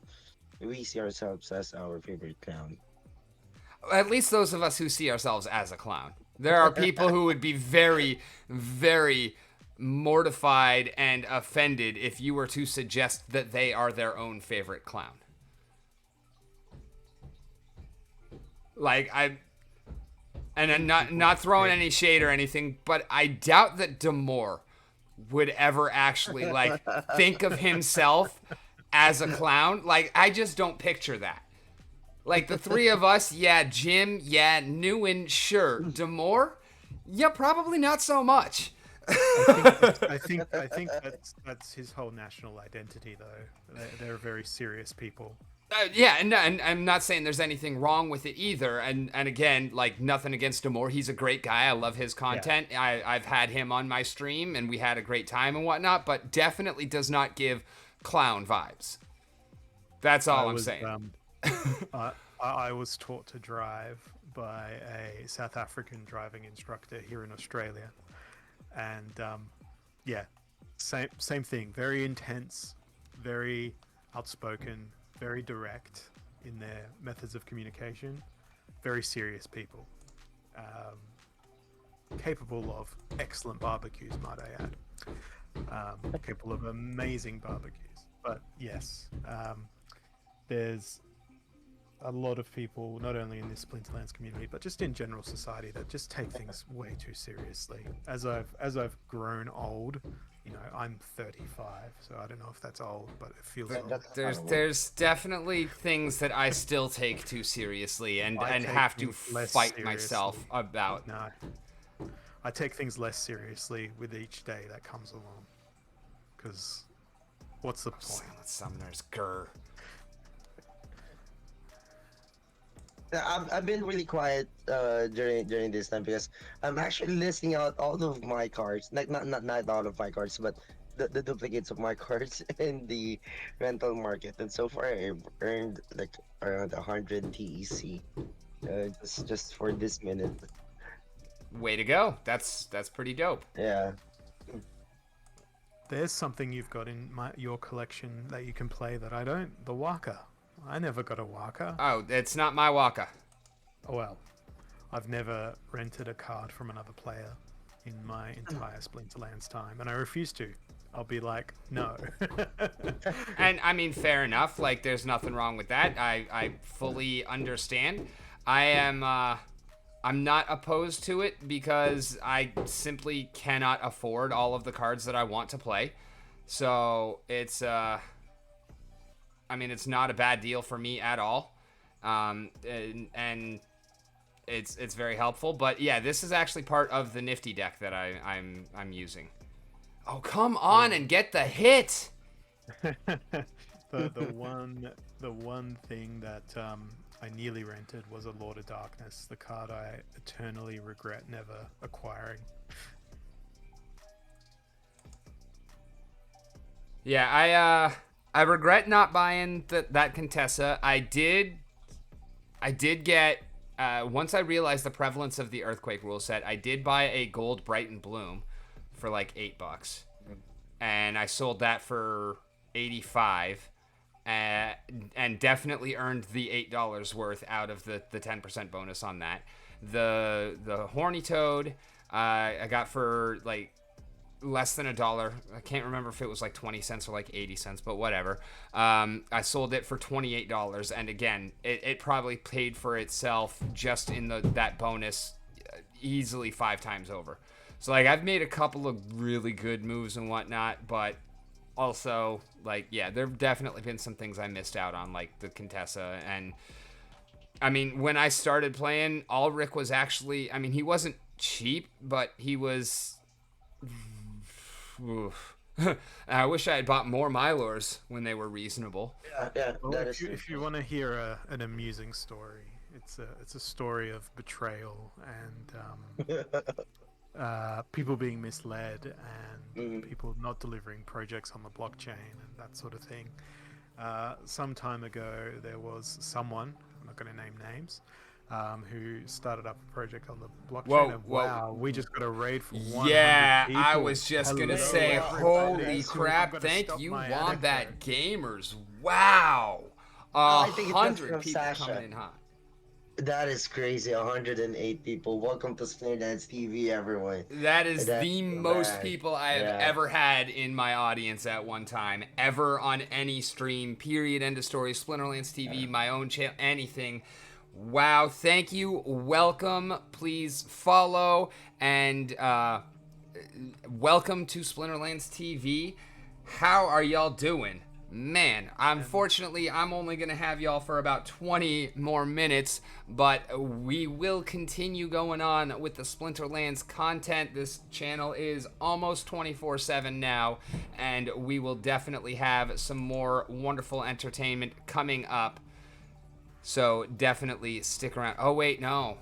Let's play a battle. Yes, let's play a battle, but actually, I think that we do go to dead air after me. There is a question here in the chat from Tony Stones. They're asking about can we talk about more about a game? I think it's the best time to Yeah, show the absolutely. gameplay while having the battle. And Wombat is I believe Wombat is from the Wax blockchain. Yep. I've been checking on them. I've been looking at them, and it's really awesome. Like Wombat is really awesome. So yeah, Splinterlands TV is giving you pure Splinterlands entertainment, and Rico the Mountain is our host right here, showing us the battle scenario. So Splinterlands is a card game kind of similar to Magic the Gathering in kind of broad strokes and concepts, but it is very different in terms of actual gameplay. It's an auto battler, so you build your deck up over time by choosing the cards that you want to own or rent to be able to play with, and then you can level them up by combining more copies of them, and that makes them more powerful. So like here you can see the we both have the same card in front. I have a nice shiny gold one that was level 8. His was level 7. And that is why you see I'm just going to roll his face and win this one, because I also made better choices on the other cards that I used. And that's what we call a flawless victory. But so The other elements that you've got are ever-changing rule sets, so every battle is not made the same. Just as if you were going to have... I think I we just lost. muted okay, myself there. I muted myself because I was talking too much rubbish. You have Wow, these with rule the sets 13 on manas. Yeah, so you have these rule sets on the battle that Rick's got here. So there's the little baby blocks, which suggests that every monster loses their abilities. Then you've got the little explosion, which gives everyone a blast, which splashes damage. So if you ever played something like Quake or Unreal Tournament back in the day, you are about to witness splash damage in this game. But every game you have a different mana cap as well that changes which cards and Every monsters game you use. should have a different mana cap instead of, having the same mana cap for the last 5 games in a row. It happens sometimes. I told you there's a pattern. Tony Tones asks in chat, mana dictates buildability. Mana dictates which monsters you can play. So you'll see in the top left-hand corner of each card, there is a number. That number is how much mana that card costs to summon. So you've got to work within the limit. And that mana is native to that monster, and it stays the same no matter which level it is at. Look at you explaining things thoroughly. I've only been playing for 4 years. It's all in the 5. beard. It's all It's in all the beard. 100%. Well, all I can say is like Spearlands is in layman's term is like rock paper and scissors with rule sets. It kind of is. It's very much rock paper scissors. Like you are also given kind of a sneak peek of what your opponent has done for their past few games to give you kind of an idea of what their favored strategies are, what they're likely to do. You have a huge variety of abilities that the cards can have, and they all have their own strengths and weaknesses.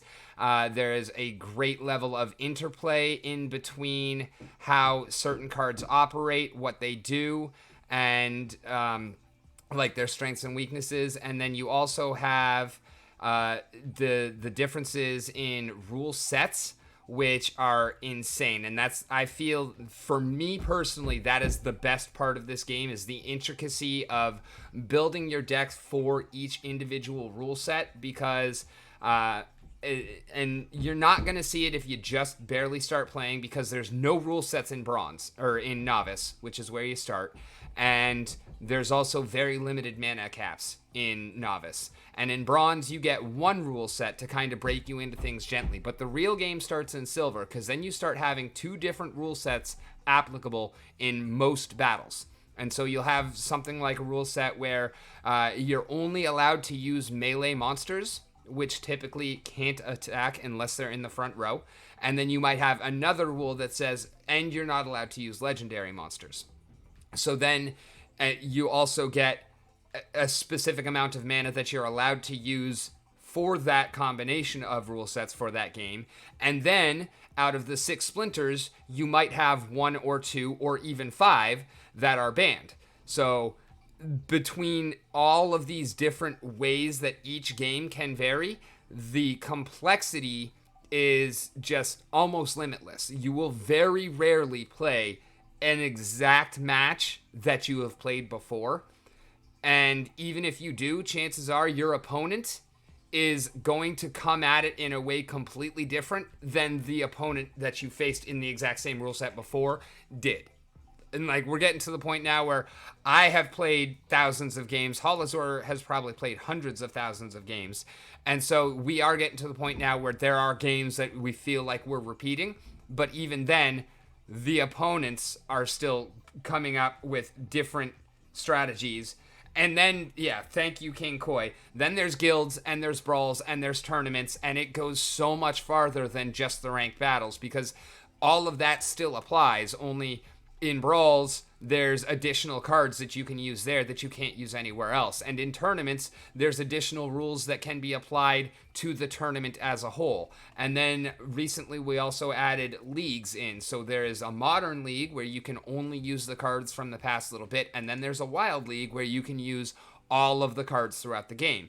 The difference between them isn't huge yet, but as time goes on, that difference is going to grow more and more and more. And then we've got, you've got challenge mode. So I can send a challenge to any player. They can accept or deny. And then we can just play a match that, just to figure things out in between us, or just for fun.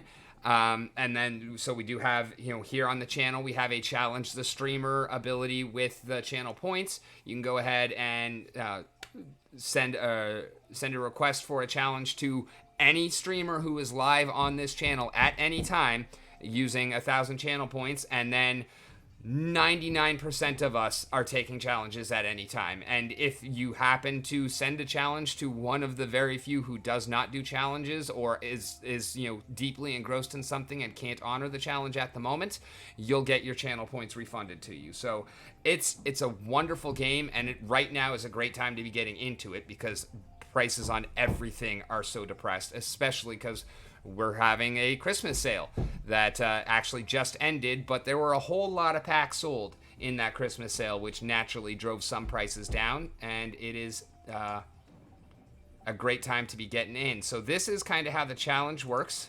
You'll notice that the screen looks... Go ahead. I've sent this challenge to Rick so we can have a head-to-head match here. With we don't normally have 3 people speaking at once on this stream. Rick just said, "Hey, jump on, boys," and here we are. So We're very impromptu sometimes, but And here I can see my opponent's rating is 2,473. He's a beast. We can see his power. He's got over 2 million card power. He is an uber beast. And here you can see all of the cards that he has been playing for his last 5 games. And they're pretty scary. Although not the levels that I would expect to see. But I guess you're in gold right now, huh? But by the way, on top of the all of the explanations regarding the gameplay and regarding what the game offers, I think we really need to also point out how the economy works, how the rental system works, and the thing that how the DC and SPS are being used for the game utility, because that's the thing that most of the people who are not really into car games but are still into Spinnerlands, because they are fond of playing with the economy and playing with the cars that they put on the market. Yeah, that's a great point too. So we do have an excellent economy here. There is a lot of work that goes into making sure that things are kind of done in a way that does not cause any significant negative effects. And I mean, we have a wonderful team in charge of things who is also super transparent. There's not very many people or teams in any kind of sphere that I have seen that ever interact with the community as much as our core team does. We have a town hall that happens almost every single week where literally Aggroed, one of the founders of the game, will come on and he will talk for an hour or so. He will introduce a bunch of members of the team. They will talk about what they're doing. And then at the end of it, he will have a bunch of questions that were asked throughout the week that he is prepared to answer. And then after that, for whatever time is left for the game or for the day, there will be an AMA to just whatever else you might be thinking of, get it off your chest, get answers, and we have a great team that is doing great things and making sure that we're heading in the right direction. And the facts that we have people in charge that care that much about letting the community know what's going on is definitely awesome. Hey, we actually scored a win here. But also, we've got a rental system, and that's built into the game. There are third-party markets that make it a little bit easier because our team here is focused on building the game. So there is a market in the game, but there are also third-party tools that make that market a lot better because they're focused on the market. And you can see them here on the home page. At the top of the market. Yeah, market, not homepage. You can see a few of them listed here. We got Splex, Card Auctions, Monster Market, Peak Monsters. All of these are third-party tools that, obviously they kind of have the blessing of Splinterlands, so you can know that if you're going to any of these guys, you can sign in with your wallet and you're not going to get ripped off. You're not going to get scammed. And there are other tools out there, but make sure that you know what you're getting into. If you are signing into something with your wallet, make sure that you trust it, that it's safe, because there are people out there that are looking to scam. It is still the crypto space, and we are talking about money, so it's always going to be good to CYA and make sure that you're where you want to be before you do anything potentially compromising. But one thing that you've forgotten in all of this, Rick, as well, is what's that? The community itself. Yeah, the community itself. I remember when I was first hosting streams for this game, 3-4 years back. I was not necessarily the wealthiest player in the world and that sort of thing, and people were just throwing cards at me just because I was willing to get on a camera and embarrass myself. Oh yeah, my first Harklaw came in my 20th stream or something like that. Somebody just hopped in I'd never seen before and was just like, here, boom, and sent me a Harklaw, and I was like, I think that was my first legendary card, actually, that I ever owned. Was just somebody I had never even seen before just hopped into my stream and sent me a Harklaw. Like, what? Out of nowhere. Like, thank you. Yes, our community here is absolutely fantastic. If it weren't for the community, I'd have already been gone. Like, the game is amazing, but without a community like this behind it, it would not be what it is. The gameplay is great, and it's what keeps me coming back, but really the community is the driving motivator to stay as active. Because, sometimes you'll have those days where you're just sick and tired of getting beat up and down, left and right, and even all the way through the middle, and you just don't want to keep going. But, when you've got a community of friends that are there to support you, regardless of what your record looks like or anything like that, there's definitely great kind of impetus to continue in the face of adversity when you have that kind of support behind you.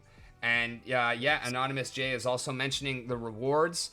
So as you play your ranked battles every day, you accrue chests, which could have SPS, which is a governance token, could have cards in there, could have merits in there, which is how you get those special gladiator cards I was talking about for the guild brawls.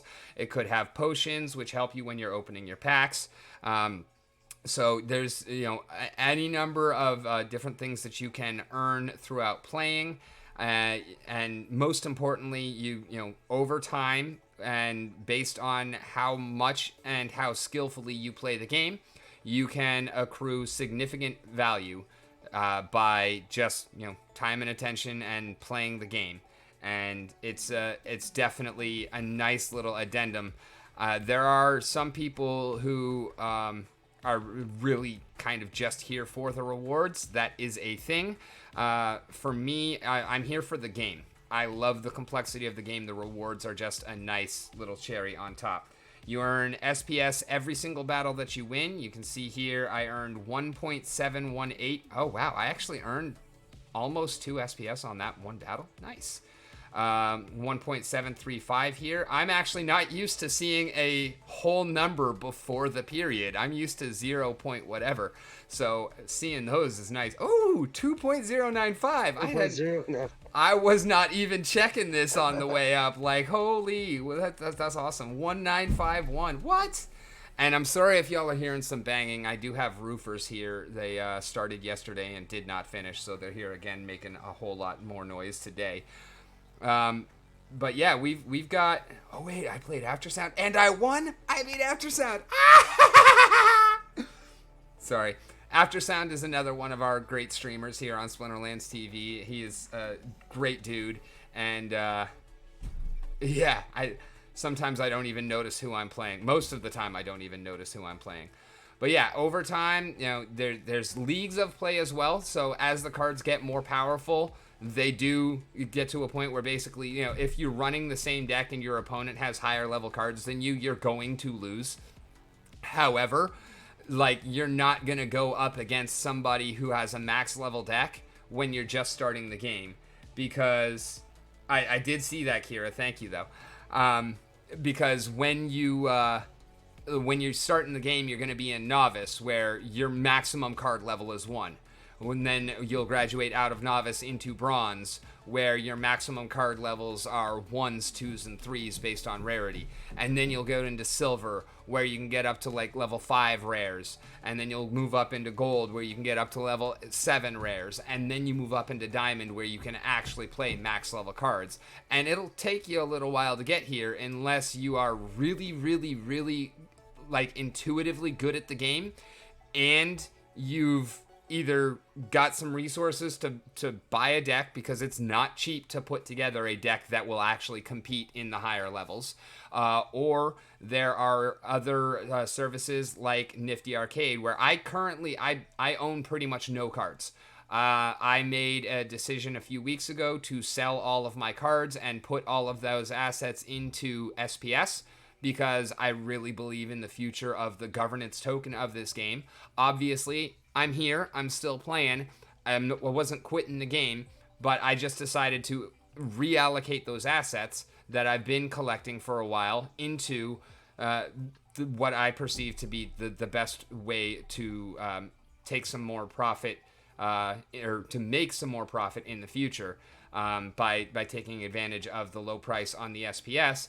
And so now I have a whole max level deck that is delegated to me by another service, which we didn't see on the marketplace, but it's called Nifty Arcade. So basically I am renting an entire deck, only instead of paying for it up front, it's a reward share system, so they actually just get part of whatever I earn with this deck. Just gonna cut you off, Rick, because I think we've got about 20 seconds left before our stream ends. Yep, absolutely.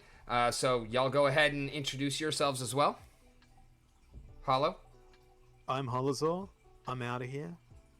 I'm Commander Garlic saying bye-bye. And I am Rick on the Mountain, and thank you very much for tuning in.